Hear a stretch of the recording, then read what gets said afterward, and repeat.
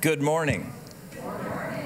I'm Don Dickey, a member of this congregation, and it is my privilege to welcome you here on this absolutely beautiful day, and a day when the Chiefs are playing at home.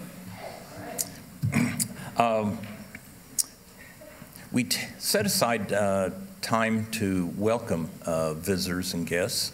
Are there any members who have brought a visitor with them? If so, be kind enough to stand and let us know their name and where they're from. Do we have any visitors who would be comfortable standing? If so, let us know your name, where you're from. Yes, please.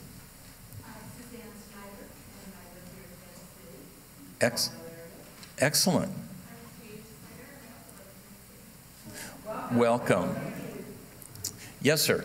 My name is Ian Slattery. I'm from Santa Cruz, California, just visiting family for Thanksgiving. Welcome. Glad you stopped in. Well, at this point, we don't have luncheon today, so welcome again.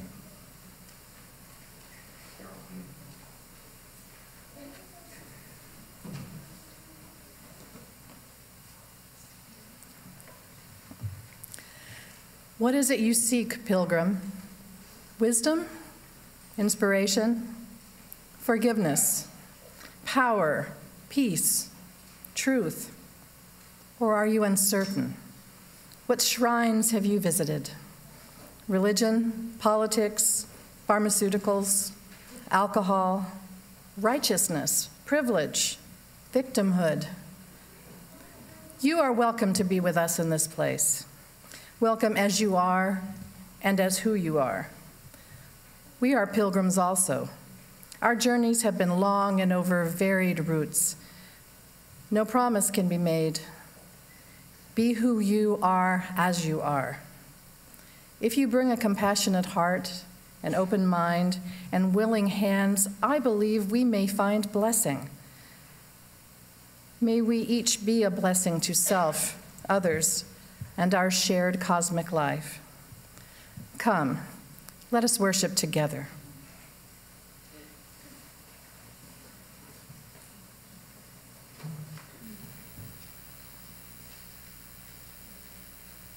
Good morning.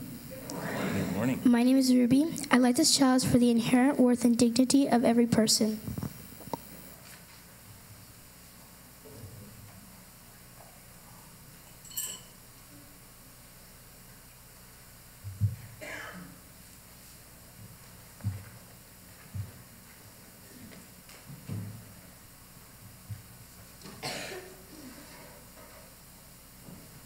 Please rise as you are able, and I'll join in with Come, Come, Whoever You Are. We'll sing it through 3 times.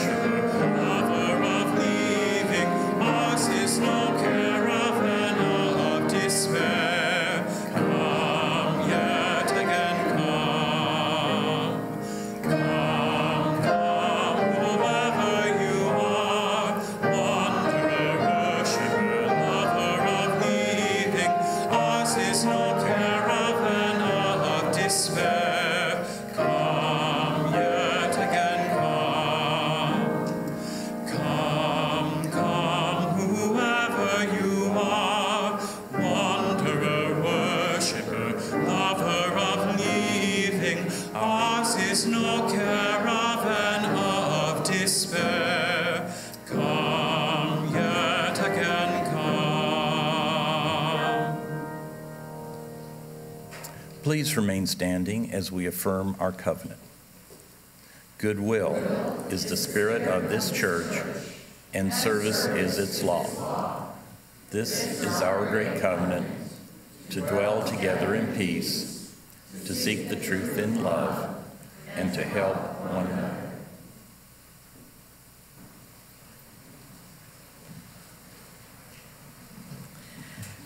I'd like to invite you all now into a moment of connection and focusing on the theme of Thanksgiving appropriately.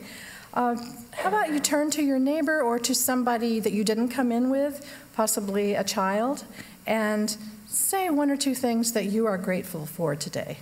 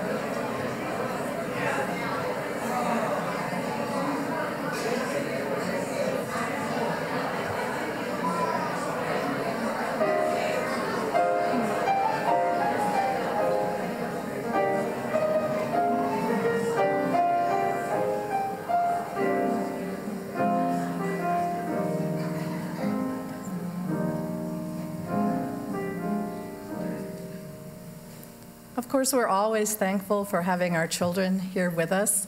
And let's take a moment now to sing them to their classrooms.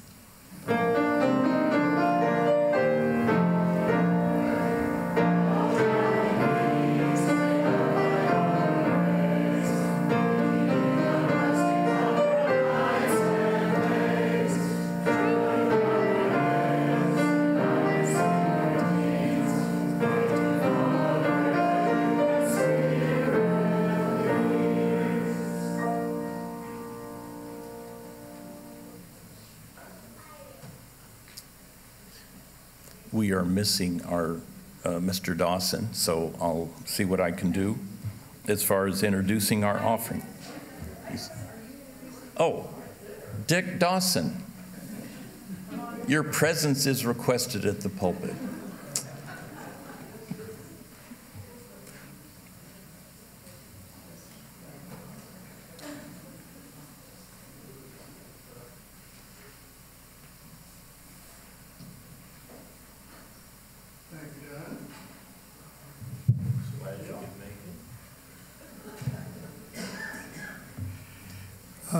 It says what to do in the bulletin about getting your checks going to the United Nations or Unitarian Universalist United Nations office.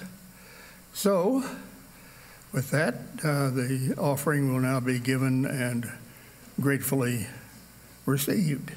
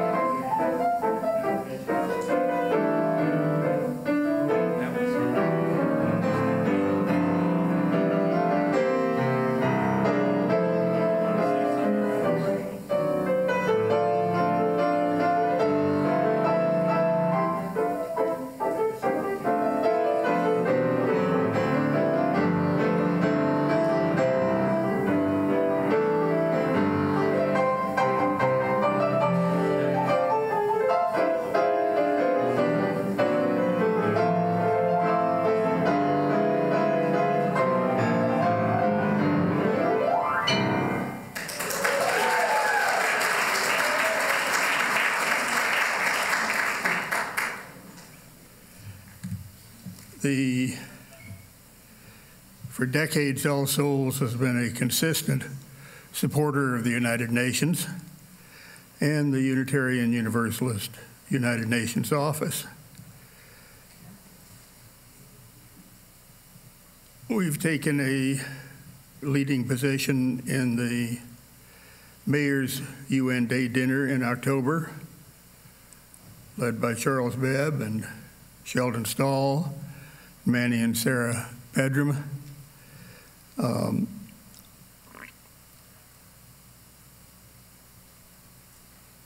The idea of the United Nations goes back to the days when Woodrow Wilson's League of Nations did not work to stop World War II. In fact, less than 20 years after the end of World War I, Hitler was marching across Europe.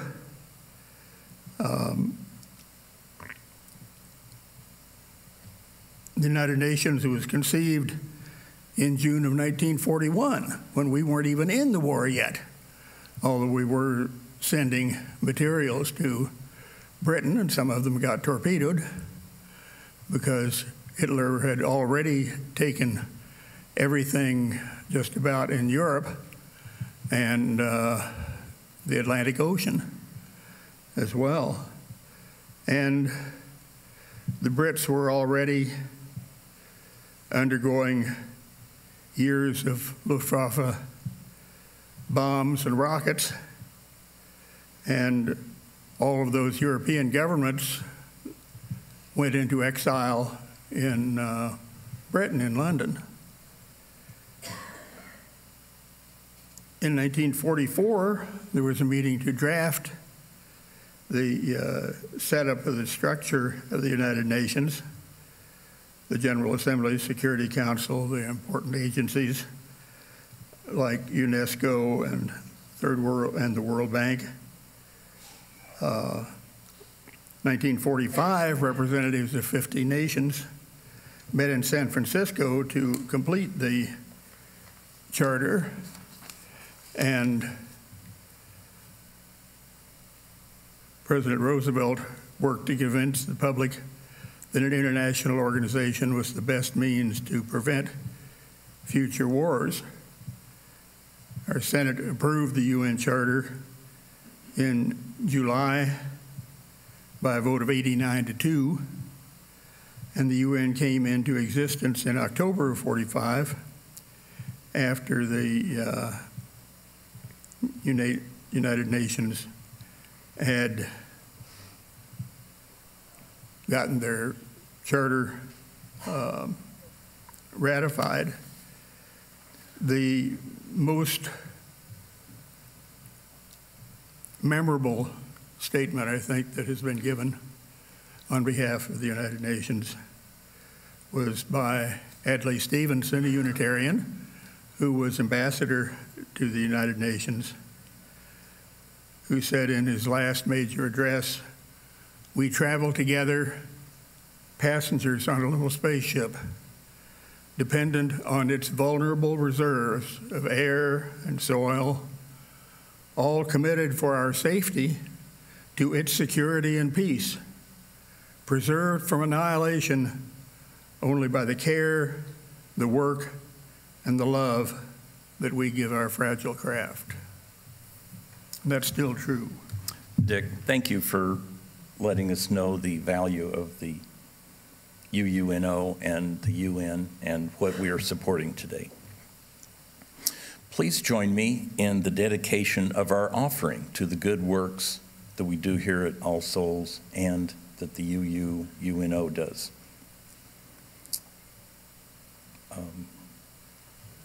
Do we have words on the projection? We dedicate our offerings and our actions to the mission at the heart of this congregation: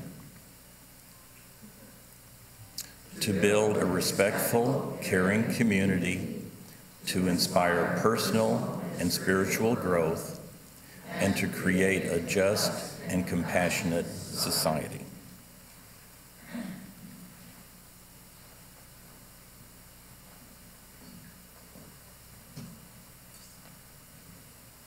Good morning. Isn't it wonderful outside and inside? This reading is from Reaching Out, the Three Movements of a Spiritual Life by Henri Nouwen.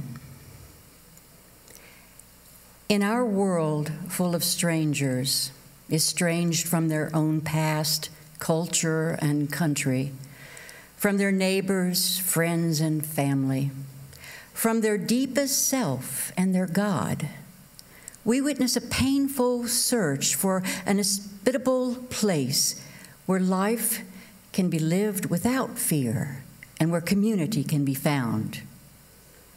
Our society seems to be increasingly full of fearful, defensive, aggressive people, anxiously clinging to their property and inclined to look at their surrounding world with suspicion, always expecting an enemy to suddenly appear, intrude, and do harm.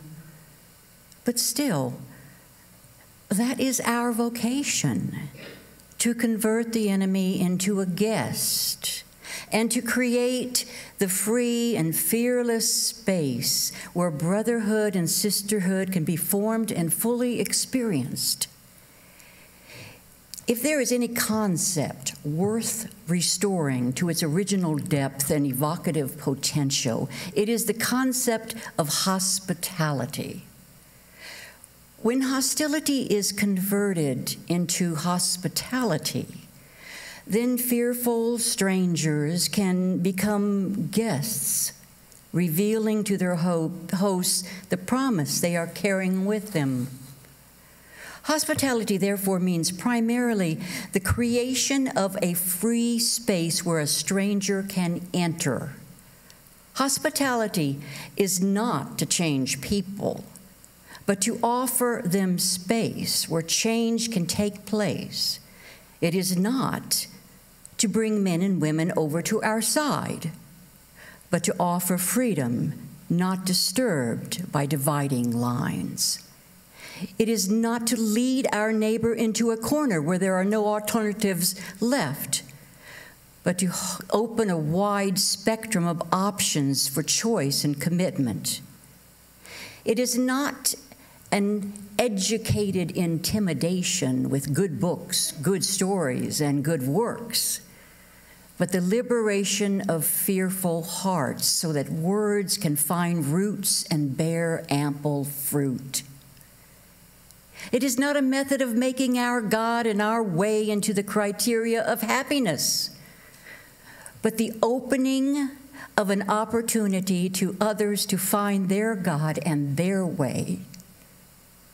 The paradox of hospitality is that it wants to create emptiness, not a fearful emptiness, but a friendly emptiness, where strangers can enter and discover themselves as created free to sing their own songs, speak their own languages, dance their own dances, free also to leave and follow their own vocations. Hospitality is not a subtle invitation to adopt the life of the host, but the gift of a chance for the guest to find his own.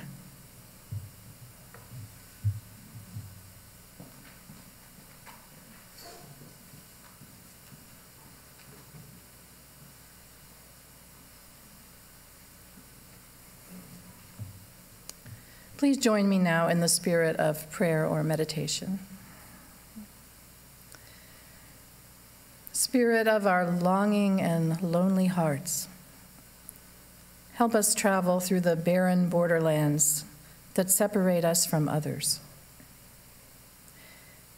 Teach us to willingly explore relationships with those who frighten or threaten us.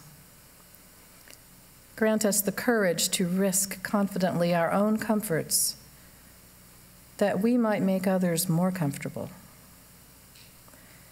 And when we are burdened by the isolating choices we have made, grant us the wisdom to invite a stranger to travel with us.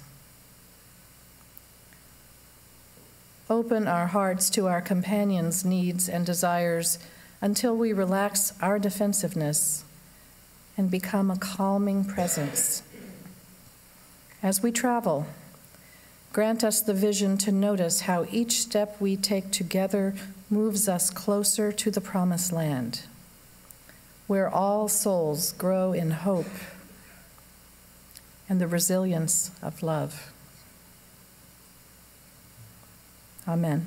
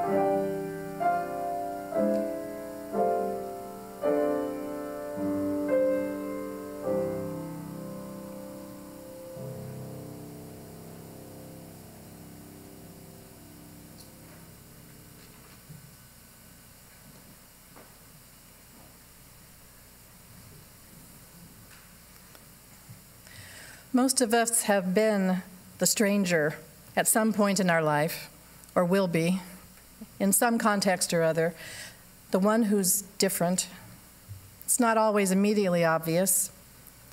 Which one of these is not like the rest?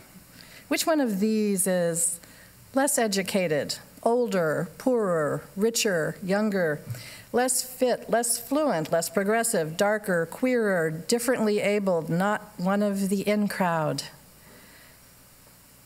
Being the stranger feels vulnerable. In some communities, and let's be real here, in American society, being the stranger, the one who's not like the others, can get you killed. Or with varying degrees of privilege, it can just make you feel embarrassed, shamed, rejected, lonely, endangered. When you have the choice, revealing your true self is not always all it's cracked up to be. And it's seriously worse for us introverts. I remember the first day of seminary, practically huddled in the corner with two other newbies that I'd managed to form a bond of introverted newbiness with. Our own little in crowd of outsiders. And here we were with all those future minister upperclassmates. They were also intimidatingly, ministerial. Strange sounding terms just rolled off their tongues. I want to lift this up. As we come to know our growing edges, what does that even mean? And sometimes they could be so, deadly earnest. Other times hilariously and profoundly irreverent. Other times righteously outraged, or just so wise. Who could ever be that ministerial? And what if you got it wrong and were hilariously profane at a moment that called for pastoral compassion? Better not to risk putting yourself out there.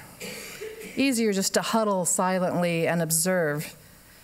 maybe gaze wistfully or even a little resentfully at the newbie extroverts, confidently charging their way into those intimate circles.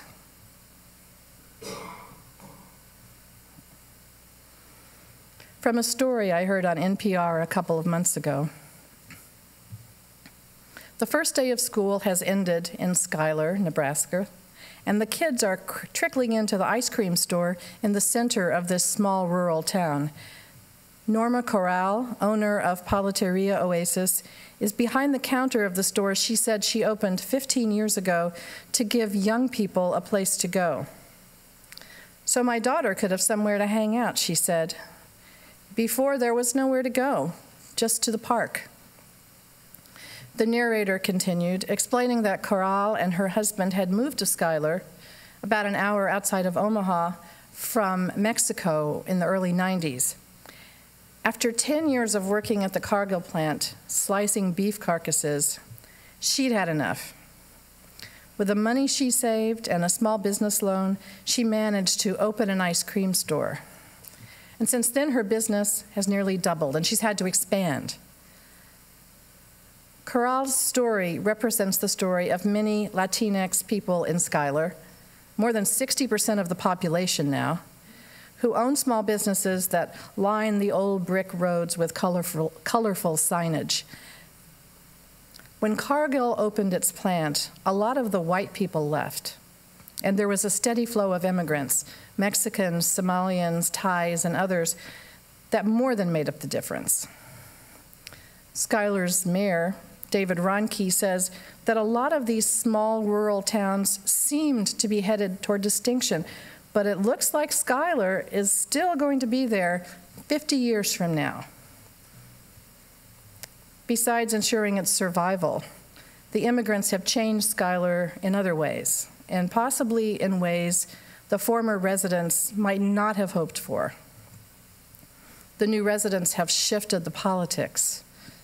The school board president is Latino. Second and third generation kids made Schuyler's elementary school the second largest in all of Nebraska, and still growing. But this is a tale of two cities, or small towns, as it were. 30 miles away lies Fremont, Nebraska, where residents, 80% white, are trying to stop the development of a huge chicken processing plant being built by Costco, a project that will create 800 jobs. And one of the long-term residents says, "We worry about the air quality." Understandable. But wait, there's more. It seems that for years, the town has fought for an ordinance to stop undocumented immigrants from renting homes. And now they're fighting even harder. They don't want their farming community to become another Schuyler. A former Fremont city councilman says, "It's a shame what Schuyler is today. The downtown no longer is what it used to be, a Nebraska town." He says he's welcoming of immigrants, but we just want them to assimilate into our culture, speak our language, be legal. I will translate. He knows that an influx of immigrants will create more homes and more business owners, a larger tax base, but he also knows that all those strangers, all those others, will fundamentally change Fremont. He and other Fremont residents don't want that. Look what happened to Schuyler, OMG. The stranger is welcomed, but only if they become like us. There's a religious concept called welcoming the stranger. Sometimes in Unitarian Universalism, we call it radical hospitality. It doesn't mean what we sometimes think it means. In church terms, it's not about a policy of welcoming all different people equally. It's not about being friendly to visitors. Of course, it includes both those practices, but welcoming the stranger as an expression of our religious values goes way beyond that to a place that's not so easy. Sometimes when faced with what it requires of us, the most gracious of us still respond a little bit like those residents in Fremont. the stranger isn't just someone we've never met before. The stranger is anyone who isn't usually part of the conversation, someone with a different background or viewpoint or skin color, gender identity, geographic background. Oh, really, the stranger could be anyone that we encounter. And the thing is, the stranger is potentially dangerous. The threat that we perceive is real. The stranger may be hard for people like us to accept. They may be disturbing. They may have needs that make us anxious because we can't or won't meet them. They may challenge our most cherished and familiar ways of being in ways we can't even anticipate. And while we're thinking in terms of like us, the stranger is not always outside, yet to be encountered. The stranger is sometimes inside, already one of us, which has to make you think twice about what like us could even mean. I never talk about this without remembering that day about 10 years ago, attending a training on UU church growth and how to be more welcoming. And one of the handouts referred to welcoming the stranger. The membership chair from one of the congregations said, "You know, I've never liked that phrase, calling newcomers the stranger. They're just friends we haven't met yet." And that, right there, that's what I now think of as the Fremont response to the call to welcoming the stranger. The insistence that strangers must become friends, must become one of us. It's all about what Quaker educator Parker Palmer calls our culture's ideology of intimacy. The worldview, which is very American, that the purpose of human life is to become fully developed, autonomous individuals, and that we can only do that within the context of warm, personal, intimate relationships. We see others in terms of ourselves, and unless we're overt racists or sexists or classists or homophobes, that list is long, we want to believe that there are not irreducible differences among different groups of people. The ideology of intimacy doesn't get what pluralism demands of us. Encounters with the stranger decenter us. Maybe we don't really define our own values on our own terms. Maybe we're actually being defined, interpreted, assessed, judged. French philosopher Jean-Paul Sartre believed that as we encounter the stranger, we perceive this decentering as a threat to our personal integrity, and so we may want to eliminate that threat. We try to do that by projecting ourselves on the other. Underneath, we're all alike, to wipe out the difference. Deep down, we know that the other probably wants to eliminate the threat we present too. So we domesticate the stranger in our own perception, turn them into a friend just like us. That's the ideology of intimacy. But in a melting pot culture, what happens to the ones who resist being melted? Parker Palmer says, hospitality to the stranger implies wisdom, love, justice, rather than intimacy, warmth, and familiarity. And church shouldn't be a refuge from everything we might fear. It should be a sanctuary from injustice. It should be a place of healing, but it can't be unless we create that space to allow the stranger to stay the stranger, bringing new gifts and wisdom and challenges to our familiar way of being. Certainly, this doesn't mean that all behaviors and all ideas are welcomed here. Messages of hate and alienation and fear don't create space for anyone to grow. They inhibit our capacity to find new wisdom.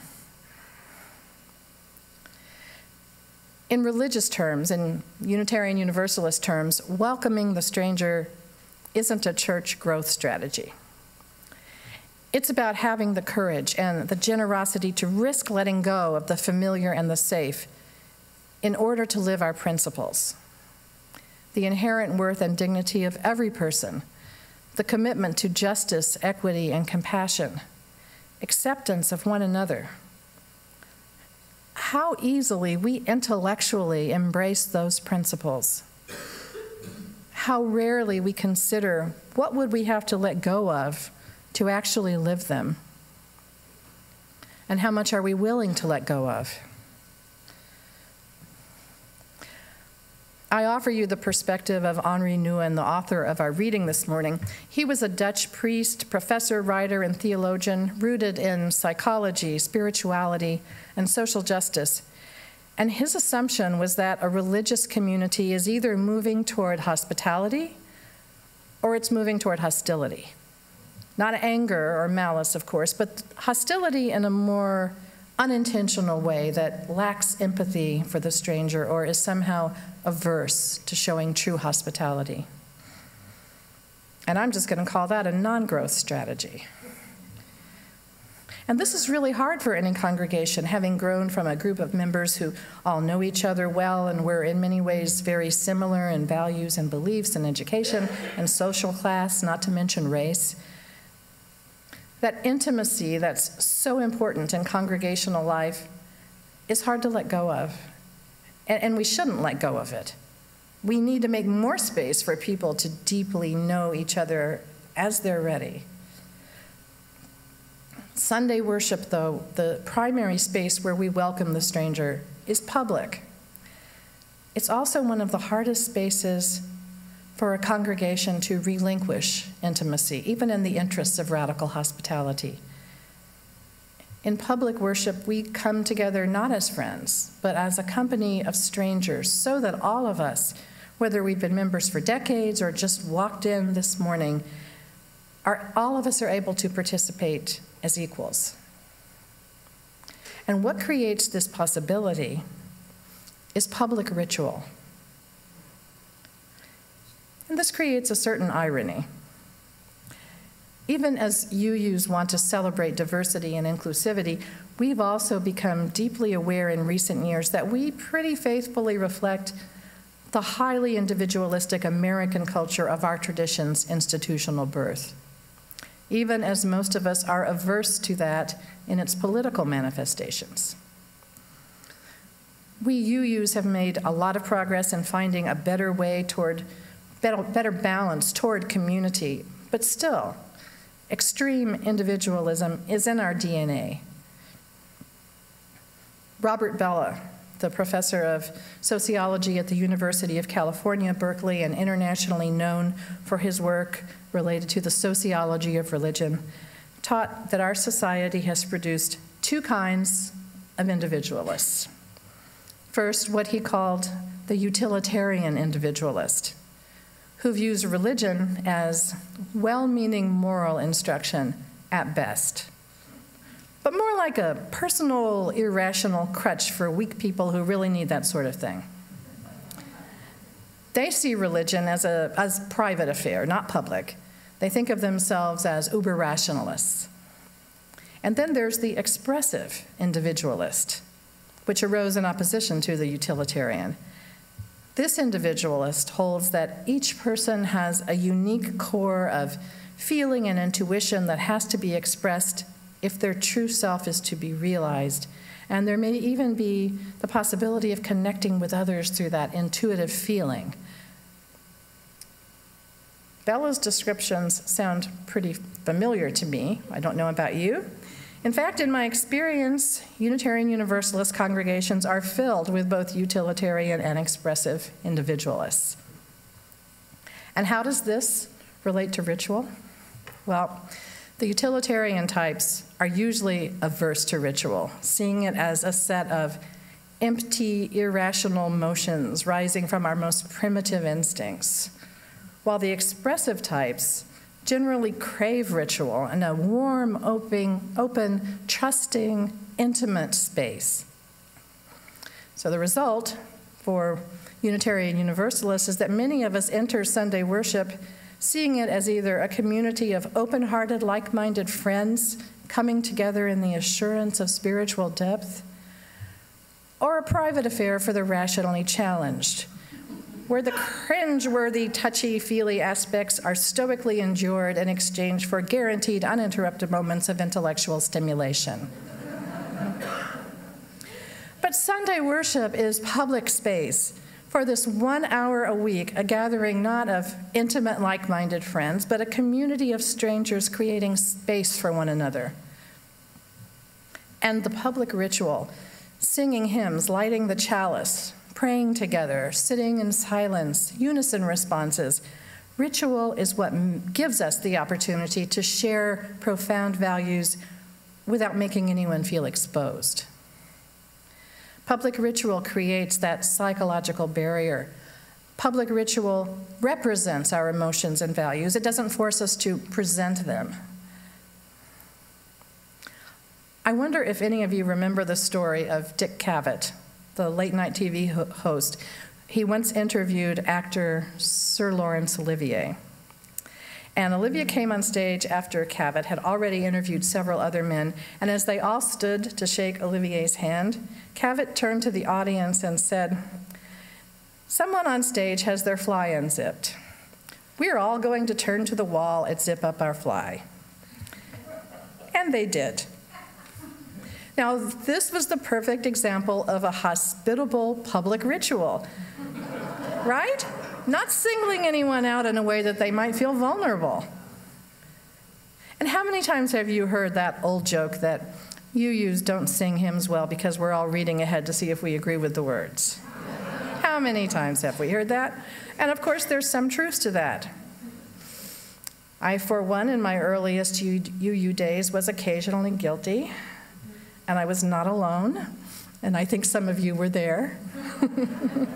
But listen, public worship isn't about personal feelings, beliefs, truth, individual authenticity. Worship is like a group of children who may or may not know each other, who just jump in and play together without asking, wait, what do those words, ring around the rosy, really mean? Isn't that some Middle Ages superstition thing? I'm not singing that.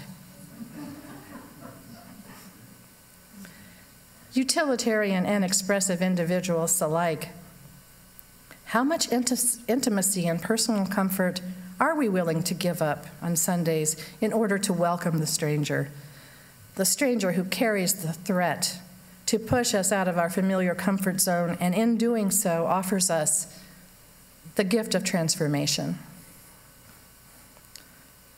Reverend Cheryl Walker, a Black UU minister, reminded us in an article in the UU World magazine in 2015 that the way we worship reflects the dominant culture. I'd call it the original white male Protestant in-crowd, and that people of color struggle to hold on to their identity with UU congregations because they're expected to give up their individuality while others hold on to theirs. In our appreciation of like-minded, friendly community, what are we willing to let go of to create space for differences? UU seminarian and facilitator for the Beloved Conversations program, Julica Germán de la Fuente, has said that as a Latina, when she attends most UU worship, she feels constrained in her body, that she's been being told in a bunch of nonverbal ways that she needs to sit still, not say amen or yes too loud or at all. She doesn't want to be doing that alone. But for her, worship's not so much about hearing a sermon, but about ritual, when everybody does something together that creates meaning. Because at those moments, she's reminded nonverbally that she's not alone in the struggle every day. What is being asked here of the utilitarian individualists among us? Black Lives of UU leader Kenny Wiley described last year's BLUU convention in New Orleans, where over 100 Black UUs came together and worshiped. I mean, he said, my goodness, we danced, swayed, sang, sat silently, prayed, raised hands in praise, and so much more. Some folks danced in the aisles, others listened quietly. The stereotype, he said, is that Every black person wants to pump their fist high in the air as the piano cranks when our heart is in a holy place. The truth is, some of us do. Others would rather be stuck in a broken elevator with Ben Carson. I do love that line. Then show any outward emotion at all during a worship service. But what matters, he said, is that you help build a space where it's clear that different expressions of worship, of being, are welcomed. To be, in Henri Nouwen's words, a religious community that is moving away from hostility in the unintentional way that lacks empathy for the stranger, to moving toward being a religious community that lives its commitment to radical hospitality. Our churches can no longer be places for like-minded people to huddle together, providing sanctuary from fundamentalism or, God help us, even from religion. In the 21st century, we have to be about the work of transformation, transforming ourselves, transforming each other, transforming the world. And transformation requires space, that sort of friendly emptiness that Henri Nouwen refers to, where strangers can enter and discover themselves as created free. The liberation of fearful hearts so that words can find roots and bear ample fruit, where fearful strangers can become guests, revealing to their hosts the promise they are carrying with them. Where on Sunday, we can wholeheartedly sing, "Come, come, whoever you are," and mean, bring your whole self. Everyone is welcome. May it be so.